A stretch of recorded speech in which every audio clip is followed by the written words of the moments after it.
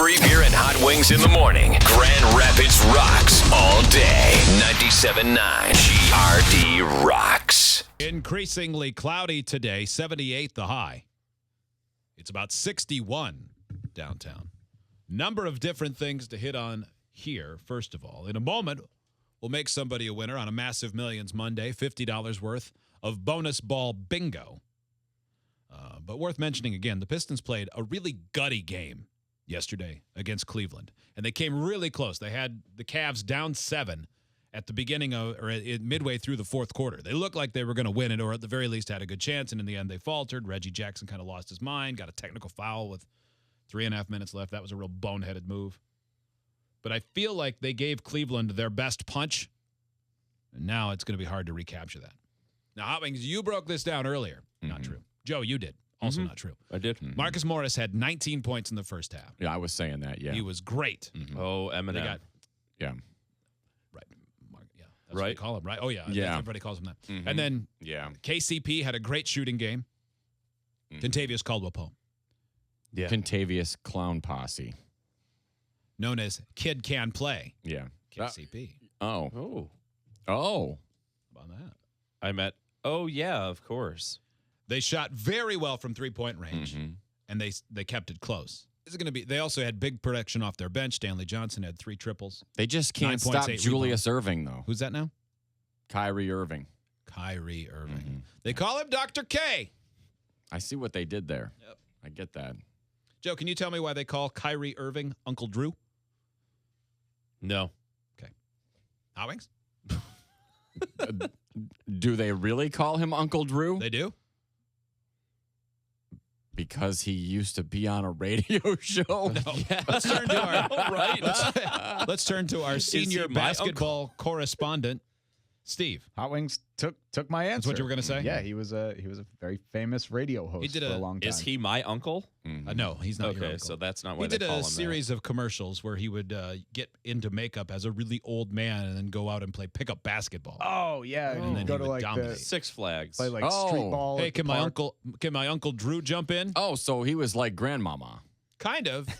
Except people allegedly thought he was real until they started breaking ankles with his crossover. Grandmama was real. Joe, let's do a little trip down sports lane. Yeah. What does breaking ankles with a crossover mean?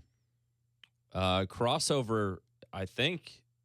I honestly, breaking ankles with a crossover. What does that refer to? Is the crossover where you're dribbling and you're going to go one way, but then go the other Yes. way? Oh, okay. You got it. And then people And you're will so good at it. be tempted to go one way, and then they stop very fast, and that would break ankles. Yes. You That's nailed all it. legit? Yep. Cool. That was I thought that might be what it as is. Yeah. good as you've ever done. But then I didn't know if a crossover was where you do the thing where you bounce the basketball under your legs while you're like running. Well, that could be. You might do a between the legs crossover dribble. Gotcha. But it doesn't have to be. It could be behind the I back. thought it was something like that. Yeah. So Rock that cool. baby to sleep. I got this. So anyway, I feel like the Pistons pretty much played the best game they can play, and they lost. Bad sign.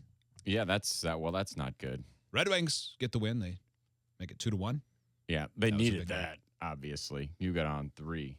It's over. I forget which paper Drew Sharp writes for, but he is such a troll. I can't believe he hasn't been scooped up by ESPN because they usually employ people like this. But after the Red Wings lost the second game, they're down 2-0 against the Lightning. They lost that second one fairly badly.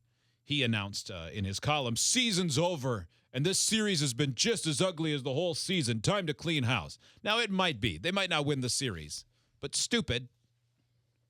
It's only 2 games. You know, if Tampa had won Game 3, then you could start talking about the end of the program and stuff. But they were the 8th seed getting in against the number 1. Well, that's true.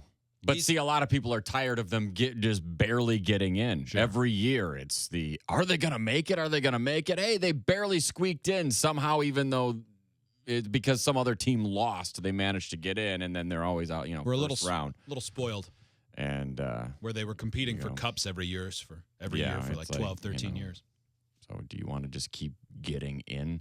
I heard it brought up that part of the problem is that at this stage of the game, everyone is a grandfather or a child on that team. Like there's no there's not a lot of great 29-year-olds, where it's like there's a lot of rookies or old guys, That's really Zetterberg or whomever. Yeah. Where you go, okay, That's a good point. not a lot of people in the middle. So Let's get 10 qualifier. Nope, that's wrong. Let's get caller number 5 at 770 WGRD or 1-800-947-3979. You'll get the $50 worth of instant win tickets from the Michigan Lottery. A chance to put some play in your day. You got to be 18 or older to play. Caller 5 right now.